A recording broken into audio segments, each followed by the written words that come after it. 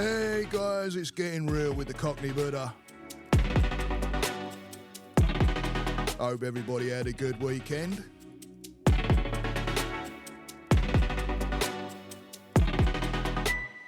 It's been real nice here lately with the weather. Got to go down to the beach in New Smyrna and hang out there for a little bit. Had a great time with the family.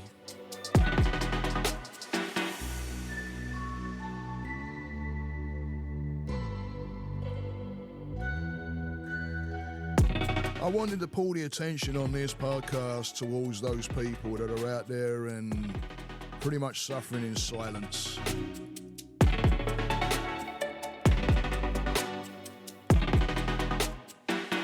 About getting out there and getting some help and helping yourselves out. It's not an easy thing to do, but it's something that's gonna help you out in the long run for sure.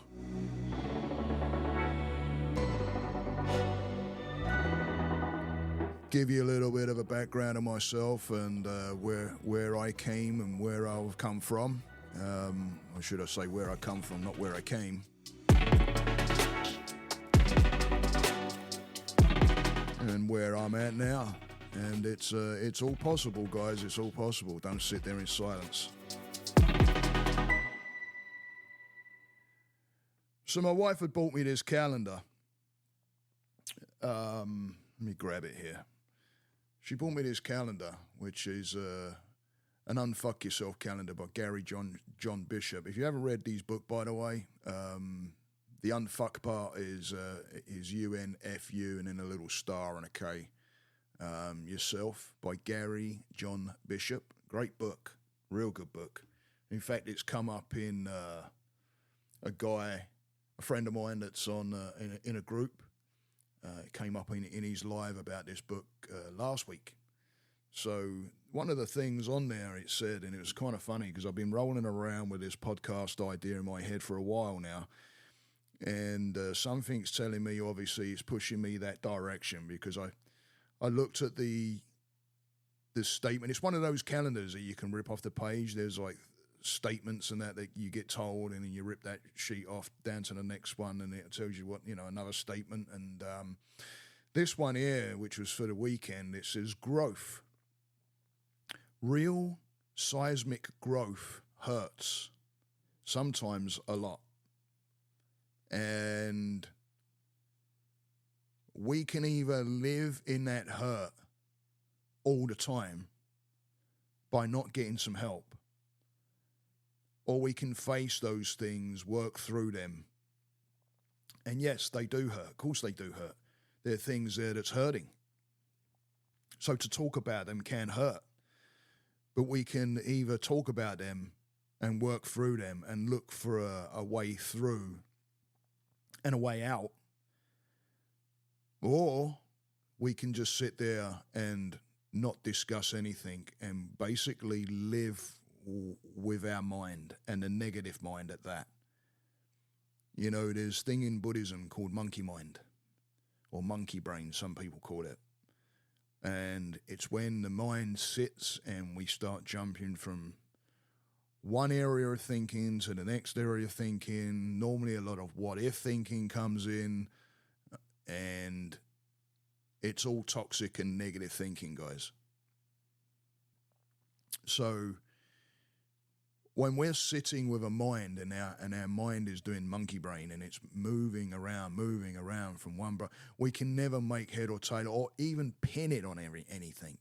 We think we know, but we don't really know, and there's a lot of things in our past, and there's upbringings that we believed was okay and normal, but it's not okay and normal when you start looking at it. And it's okay looking at the rapper guys and the label of what is, but if you look inside that family, you can pull out a lot of different toxic behaviors, a lot of upbringing stuff that didn't belong there, but we think it was normal and we live it, and we're still living with that today in our everyday.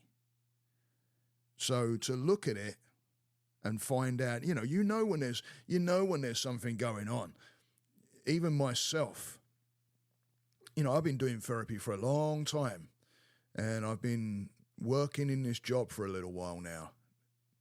And don't think that, you're different or silly or not like everybody else, because everybody has their shit. Everybody has something that's going on in their life. And just because we may look at it and think that the things that we're thinking about is not as big as anybody else's, you're kidding yourself, because it's as big as you want it to be. It doesn't mean that it makes your thinking smaller, or it makes your stress smaller. It doesn't. In fact, it could emphasize it.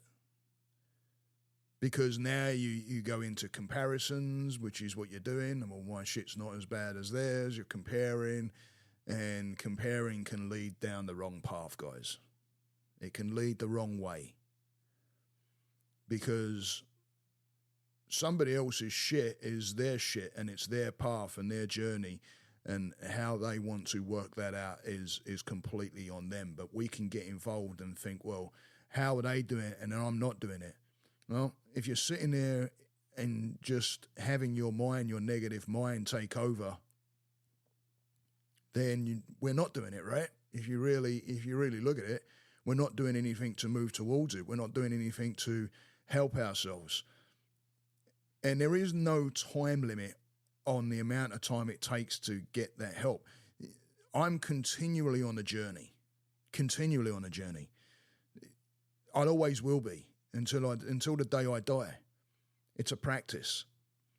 But there is tools and things that we can learn and do, and then looking and talking to somebody that is neutral, talking to somebody, because what can happen is we can talk to friends and they all mean well, they love us, of course, but we can get talking to friends and they can side with us when it doesn't really need siding with us. It needs pointing out and looking at something and saying, well, what do you think your piece of this is? Or do you think that the way you're thinking has anything to do with what's happening right in front of you, that it's happening to a past? There's past emotions coming into this.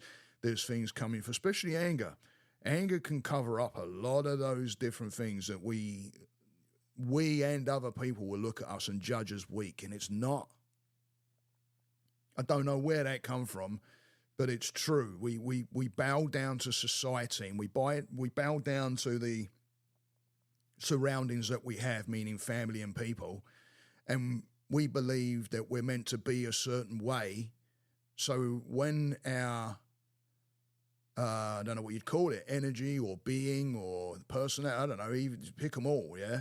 If it doesn't match up to what we believe other people should be seeing, and then all of a sudden we're in trouble because we're comparing and we're pulling things from somewhere that isn't there, as far as when it comes to ourselves. Because comparing ourselves to somebody and saying somebody has it a lot worse, yeah, you're always going to find somebody that has it a lot worse. I've had people that come and sit in front of me, guys, that I'm guiding, and I honestly don't know how they got sitting there in the first place. I've even said to them, holy shit, when you hear some of the stories, it's like, man, look how much you have done to get through the mess to where you are now. Remember that. You didn't get to where you are now by just sitting. You've battled through things, you've moved through things, you've worked things out, and you probably have talked to people and got information. And doesn't mean it's right, doesn't mean it's the right information, but you've got there somehow. So just coming up against a thinking pattern that may be pulling us down in the wrong direction. Maybe you're feeling depressed. Maybe you're feeling down, don't know why you're feeling down. Maybe you've got a lot of anxieties. Maybe you're in relationships that you don't know what to do with because it's toxic on the other side of that. Maybe you're in a job and you absolutely hate it, but you don't know what to do. So the mind starts telling you things that you don't need to be told. Because the mind is there to protect us. That's what it's there to do. So if it hasn't got an answer, It's going to make one up. That's why your thinking starts going off the rails, because it's trying to pull and find answers, and then it starts pulling things from the past because your mind is on something negative. So it says, okay, then I'll go and find the evidence and I'll pull some more negative shit for you. And before you know it, you're swamping down and in turmoil and overwhelm and not knowing why. Because it's all comes from somewhere. It's coming from the past, it's coming from somewhere. So all those that are out there that are thinking that it can't be done, I'm living proof that it can be done. When I went to my therapist, she'll tell you now, I was the most difficult case of anxiety and depression that she's ever seen. Fearing the phone was one of them. Phone would ring, my palms would start sweating. Now I'm good. Because it took going into that hurt a little bit, the anxiousness of it. And I was actually kind of forced, probably, which I always say things get put in front of us, as a reason sometimes, because I broke that phone phobia. I know where it comes from now. Again, it's from the past. I had a dad that didn't like phones, didn't want to be on the phone. And I remember speaking to him on the phone, and I could tell he was completely and utterly uncomfortable. And that plays a role. But I was there thinking, why am I fearing the phone? What is going on with it? I don't understand it, right? We get into the non-understanding because the brain can't even figure it out. But as soon as I started talking and I got myself into therapy and started talking, and being all of a sudden these stories come up, and then someone saying, you know what, that is a good point. They could take a toll in that direction as far as fearing the phone, and Dad not wanting the phone around, and the fear that he had. Here I was, a young kid. You pick up on that. There's no explanation why the fear is there. You just know that here's your parent that is obviously in some kind of turmoil. And by the way, I never heard my dad ever say he feared anything. So there's another problem. Yeah, because you think you can't, when you feel fear, you don't know what to do with it. So add that into the phone. Wow, yeah, great combination, right? Man, that's a body shot and a right cross, right?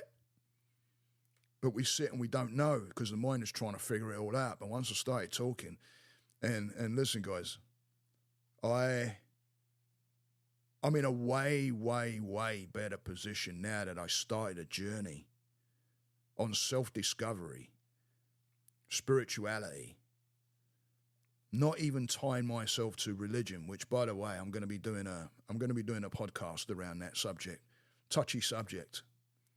But I want to get some research done as well. I've got my stories behind it, and I've got, I have it within my work. I've had people sit in front of me with that and been completely bound to it, to where they can't move. They're afraid to do anything.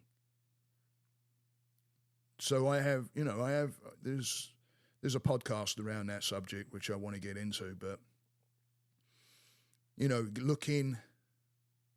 if I look at the past me to the me now, completely different person. Do I still hold, the personality from then? Of course I do, yeah. Nobody can take that away from you, your personality. But I'd say maybe my personality's got better again because of self-discovery, respecting myself in certain areas that I never respected myself about, being able to put boundaries down, being able to say no, and not looking at myself with guilt. And that comes from doing the work. That comes from going to the hurt, where sometimes it hurts a lot. There's no beating about the bush about it. If you're going to do the work and you want to find out about yourself and you want to go into self-discovery and find out who you actually are, it can hurt. It can also hurt when you hear things that you thought were okay about yourself and they're not. Or things that you're doing. Yeah. I was doing silent treatment at one point to my wife and kids at one point, a long time ago now. And every now and again, I feel it start to creep in, and I stop it straight away. I stop it because it comes from somewhere.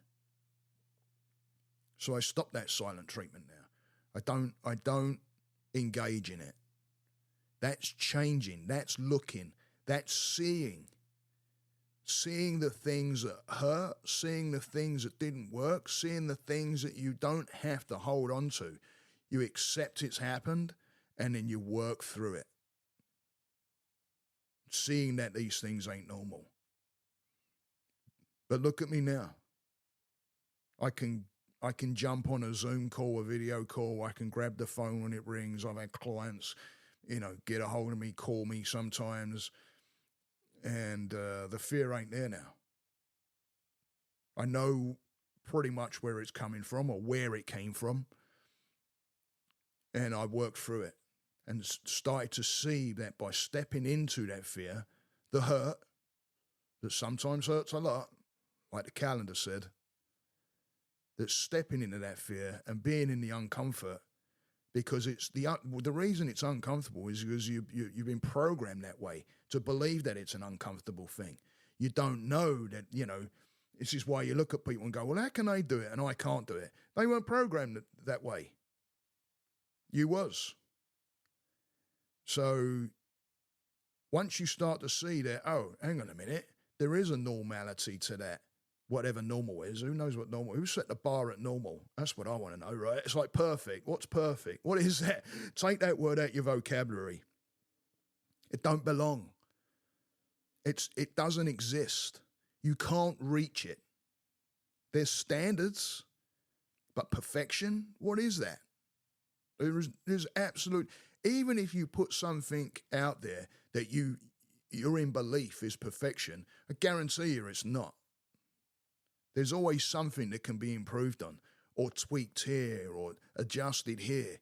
And when people are trying to look for whatever that bloody thing is, perfection, it's something they're aiming for that isn't there. So you're continually, it's going to become a problem. I don't even say the word in my vocabulary. I started separating myself from that by keep on saying to myself, because I used to say it a lot. I was always saying it. But by taking that pause and saying, ain't no such thing as perfect, I started to shift it. I started to take it out of my vocabulary. Now the word doesn't even register with me anymore. It doesn't even register. If someone says it to me, I don't believe it straight away because there is no such thing. And I've said it over and over and over again to the point where I don't use it in my vocabulary. In fact, when I say the word now, it sounds weird because it don't belong. It don't belong. But it's something that's continually going to keep beating you up if you engage in it and you don't work out why you're saying it. Just like everything else. If we don't look and think, something's not quite right here, then we just live like robots. And we keep on pushing in the same direction, coming up with the same results, which is negative, toxic. Like I say with relationships, if you're in relationships, look at yourself. Why are you there? If a toxic relationship keeps on happening and happening and happening and you're very unhappy, then look at self and think why? Why? Because you may be saying, why do I stay here? But think why? What's the emotion behind it? What's the connection behind it? Because there's a glue or a connect somewhere. Codependency is a big one. Right? Think about it. If you're codependent on someone and then, they're starting to pull away, you'll grip and you'll do whatever you possibly like a kid that wants something. You'll scream bloody murder because you want it. But it don't mean it's right. It don't mean that it's non-toxic. In fact, it's very toxic because there's a control and a manipulation there with that too. So it takes looking at ourselves, knowing where it comes from, and then being able to put the boundaries down to say, that ain't happening. Boundaries with consequence, guys. Boundaries with consequence. It's okay having a boundary, but if there's no consequence behind it, the boundary ain't worth shit. because you're not sending that message. This is my boundary. I don't want this boundary crossed. It's not a nasty thing. When I first got told about boundaries, I didn't even know what my therapist was talking about. Boundaries, what's that? Simple for some, not for others that haven't had that experience of boundaries. There's invisible boundaries, but verbal boundaries are completely different from visible. Visible boundaries are what people keep on crossing over, and you're wondering why they're always pissed off at you. Because you don't know. But the person doesn't want to say anything about a boundary, like putting a verbal boundary down, because they think it's not right or it's not nice, or it's for the individual, not for anybody else. So please, guys, it can be done. I work with people with this. I help people through their mind. You know, it's something that I love to do because I live this life. I live this life. It's the reason why people say I'm real, because they come on and I start talking to them, and I can make connections where if somebody else didn't walk this, I don't know what you'd call it, I don't know if you'd call it a lifestyle, right? It's not a lie. It's something. It's toxic stuff that's there that I've been working with. So I pass that on to others. So don't think that it can't be done, because I've gone from a guy that would start sweating his ass off in complete fear when the phone would ring to somebody that looks at the phone there, can see somebody, you know, who's on the other end, especially if it's a client, and I'm on straight away helping out because it's not relevant anymore. That was my dad's fears, not mine, but I made them my fears. But they wasn't my fears, but they become yours. But you don't know that until you work on that, guys. Yeah. So, I hope everybody's having a good start of the week. Enjoying their Monday. Be present with your work. Be present with those people around you. If you want to get a hold of me, it's mindnutritionforall.com or gmail.com, sorry, if you want to email me.